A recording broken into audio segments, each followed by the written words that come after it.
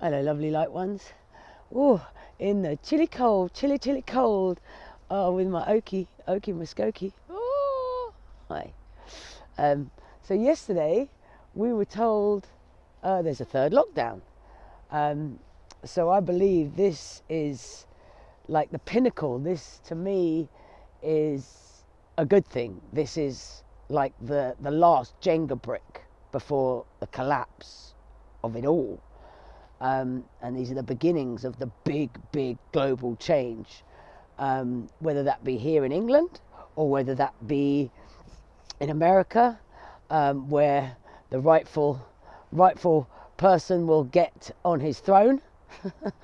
Many don't really want to believe or talk about that, and I probably won't, because a lot of people are getting censored when they talk about that. But yeah.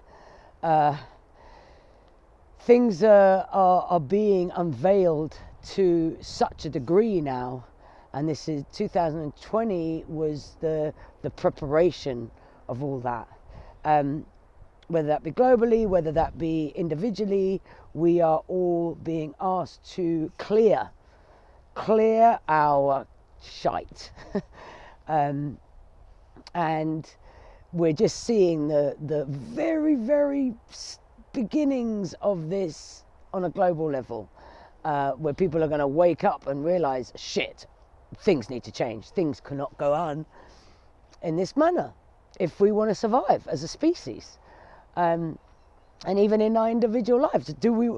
If we want to survive as a human, what do we need to do? What have we been brushing under the carpet for so many years when it comes to our physical body? Our physical body is a reflection of what's happening out there globally. We're having a big wake-up call, many of us, to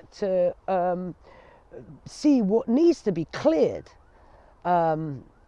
see what old patterns, what old beliefs are not serving us anymore. What it is we have been ignoring for so long. And just blinded by, and la, don't want to hear, it's too negative. But we are now going to face the negative of what needs to move. 2021 is all about movement and about action in the right direction. And this right action also coincides with each individual person and the way they react versus the way they respond. And we tend to what we're going to see is this massive divide of belief systems, massive fear coming up, if we haven't already seen it.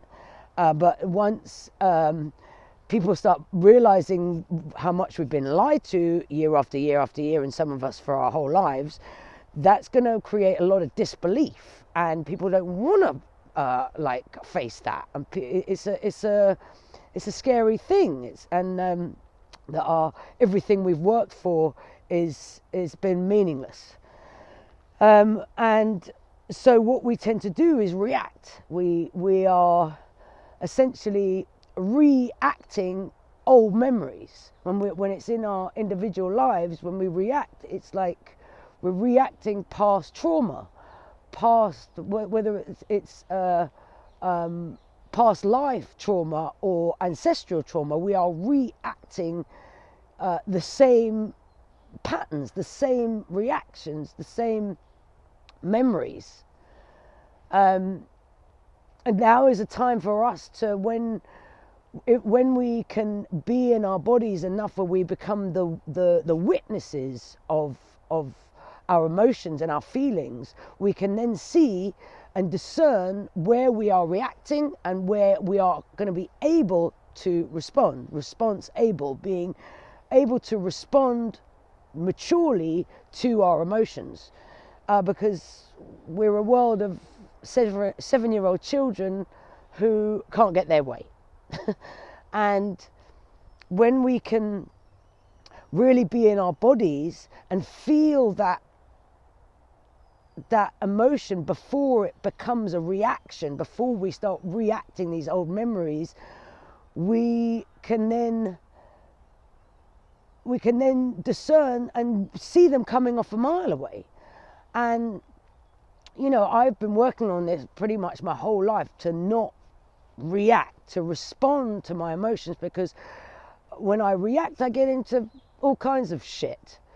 And this is going to happen when we are being faced with everybody's different truths, and there's going to be a massive division of people that are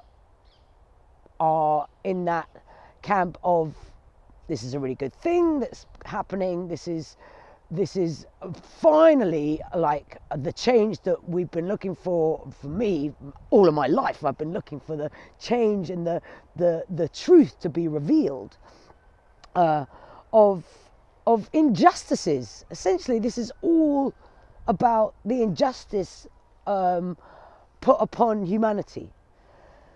And so when we can come into that space, when we can be in our sovereign center, and we can practice, whether it be through meditation, whatever, however you do that, when we get that knee-jerk reaction, is being in that witness, being in the observer of the human. And this is how we start to clear. Because I remember the first time many years ago where I discovered how to respond rather than react. Sometimes you feel like you're suppressing something, but actually when you can get through it and you can just like allow your own truth and your own belief to be sovereign, and allow the other person's belief to be their own sovereign, then it feels really good. It actually feels like you've achieved something. You've achieved something that has been being called for you to do for lifetimes. We are now unplugging from ancestral trauma, and a lot of trauma right now is coming up massively. And it's how we're dealing with that in each other, with our brothers and sisters, with ourselves. And this can't be brushed under the carpet anymore. There's no more I'm not going to deal with it. It's too negative. There's no more of that. We must face the pain. We must face that negativity with a knowing and an intention that in facing it, we're clearing it. Because the more we ignore it, the more we're going to see the crap that we've been seeing for generations growing, that is well, it's just there's no words for it, but that is our downfall as human beings. We're human beings, we're human light beings, and we're here to lead the way of non-reaction. And it's not an easy journey. It takes practice, and we are all being called to practice this responsibility. We all have a responsibility now to be the observer of our emotions, be the parent. We're essentially parenting ourselves fully for the first time in an unconditional, loving manner, and allowing those emotions within ourselves, not even in others, allowing those emotions in ourselves to come up, to be integrated, to be observed, to be expressed. Essentially, all this needs to be expressed. We have been suppressed for so many lifetimes that now it's going to be a huge explosion. And this third lockdown is just the beginning. This is like I say, the Jenga brick, the last Jenga brick that we're pulling out before the crumbling occurs. And I just wanted to make this video in this freezing cold, just to remind you, to remind me, to remind all of us that we have this power. We have this power within our own lives to observe our feelings, to nurture those emotions. We have the power as sovereign beings, as we are, as light beings, as we are amazing. You are amazing. And you have the power to change the planet. And together we have even more power to change the planet. The power in the people is where the magic lies.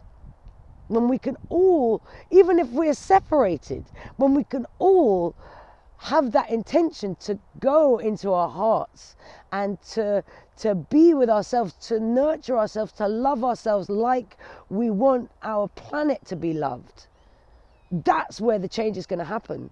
And that's where people feel a lot of the time that, oh, you know, this is not working, this is not doing anything, I've got to fix something out there. The problem is out there, when it's not. It's here. It's right here in our own sovereign selves.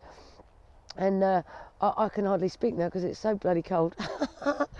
I'm going to go and see Mr. Oki. But I wanted to just say a few words about this time, this pinnacle time, that there's nothing to fear. There is only things to look forward to. We are at a beautiful time of humanity's journey, and it's an honor to be with all of you as we go through this, and as we start remembering that we chose to come here and do this at this time and space. Yeah. Oh, should we do a lumby? Should we do a lumby on you, Oki? Te lepa pale de mamokutulolo. Tale dela, kiana, dale mo. Kima masiti kitile kitale dala. Hema patiti pu la delana. Kima la nema mola lutu kutulele. Kima delele tala na malane. Ele babasa kitile lukutula no. Atana la pamala dale lana lo. Kele kitipa bola lo kutulolo. Kele mamani dala ni no no no. Yeti kitile le papala dala na. Sete papala dilete di malana. Shout. Thank you, everybody. I love yous.